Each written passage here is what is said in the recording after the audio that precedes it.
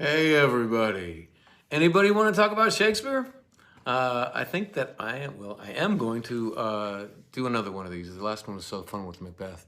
I think I'd like to talk about Romeo and Juliet.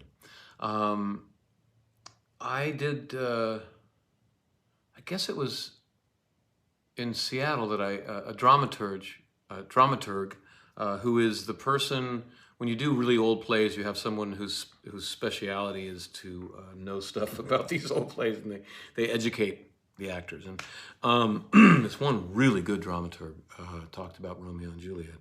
And what he said was, right before Shakespeare wrote the play, they had invented the rapier. And the rapier was this sword that was very long and thin like a needle and just had a very sharp point at the end. And like swords, when they first were invented, metallurgy was not very good. And so they were basically they were just metal clubs, and they wouldn't hold an edge, and you could just whack someone with them and just kind of bludgeon them, really. And then as got better and better with metal, like a blacksmith, like you pound the metal out and then you fold it and then you pound it out again and you fold it, and it's those layers that give flexibility and resilience. And over time, swords got lighter and lighter, and they held their edge better and better. And the end point of the whole process was the rapier. And back when swords were larger, the only thing, the best way to protect yourself against a sword would be armor. And only the very rich could afford armor. It took about 18 years, 15 to 18 years to make a set of armor. The armor was commissioned when a boy was born to a rich family. And so very few people had it. And when one of these people rode into town in armor, they could basically do whatever they wanted to do to whoever they wanted to do it to. No one could stop them, not even someone with a sword. And they were very powerful. It's why chivalry was so important, why the stories of King Arthur was so important, to try to give a code of conduct to these people so that they didn't just run roughshod over the whole population. But realistically what was really happening. Rich people were getting away with literal murder. Until a rapier. Because a rapier is just, like I said, basically a large needle, and you can stab through the chest. Armor is plates, that so that you can find the little piece that's not, the plates separate as you move, and you can get underneath that armor and do away with a knight.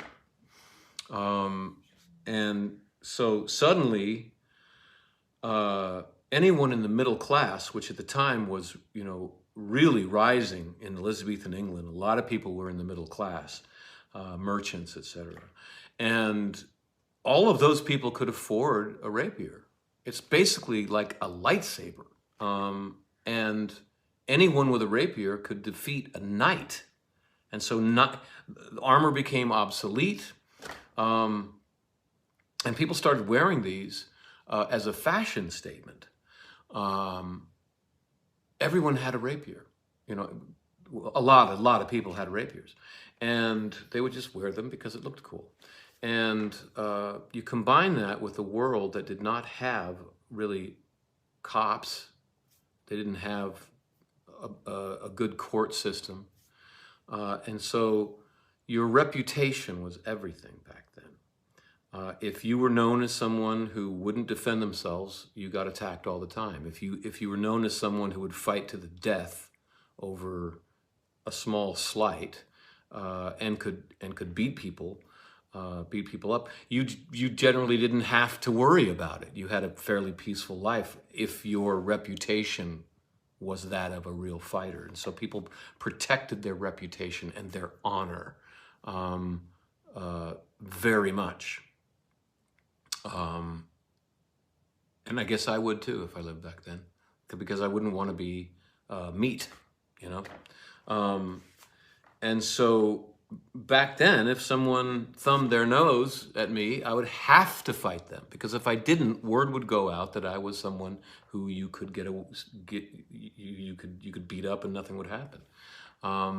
And so you combine the fact that everyone's walking around with a lightsaber with the fact that you have to defend your reputation, you have to defend your honor over any slight, and it was a bloodbath. They only recorded the gentry's births and deaths, so we don't have a recording of everyone else, which is basically the whole country. But 10% of the gentry died in a few years. And I always imagine William Shakespeare stepping over dead bodies to get to his room where he was writing Romeo and Juliet. There was blood in the streets as he was walking to work. And so Romeo and Juliet is about a society that is falling apart because of the rapier, because of the street violence.